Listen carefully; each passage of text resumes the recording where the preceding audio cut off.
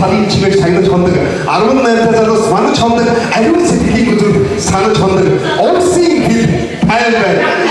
Зайг тавхныг өмнө Монгол улсын соёлын тэргүүний ажилтан дуусан дэм Монгол улсын соёлын тэргүүний ажилтан төрөмөрч Монгол улсын соёлын тэргүүний ажилтан Баатар